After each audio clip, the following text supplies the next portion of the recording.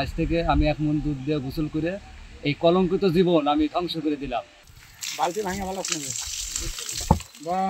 গোসল করে ওর কাছ থেকে মুক্ত হলো।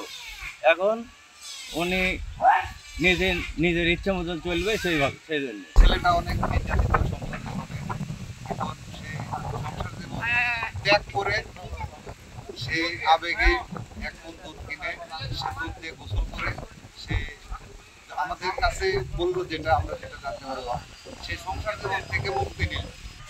জানি না এদের ভিতরে কি একটা গেঞ্জাম চলছে, ভিতরে গোমরটা তো আসলে আমরা জানবো না। আজকে তার একটা উদ্যোগ নিছে, সে দুধ দিয়ে গোসল করে মানে ওই ট্রেক্টরটা উল্টা দিবে। এখানে বিয়ে করে মোটামুটি সে বহুদিন জীবনযাপন করেছে। সে জীবনযাপন করার পরে সে তার সাথে মোটামুটি একটা সংসারী গ্যাঞ্জাম গন্ডগোল হওয়ার পরে একবার নয় 2 বার তাকে স্বামী তালাক করেছে। করার পরে আমরা আবার তাকে থানাত নিয়ে যা, প্রশাসনের মাধ্যমে নিয়ে যা, তাকে আবার সাথে বিয়ে দিয়ে দিছি। থানার মাধ্যমে কোথাও প্রশাসনের সাথে কোথাও তাকে আবার নিয়ে দেওয়া হচ্ছে। এই বিয়ের সাথে দেওয়ার পরে আবার গ্যাঞ্জাম ফেস্তি, এখন আবার স্বামী তালাক করেছে ওই মহিলা।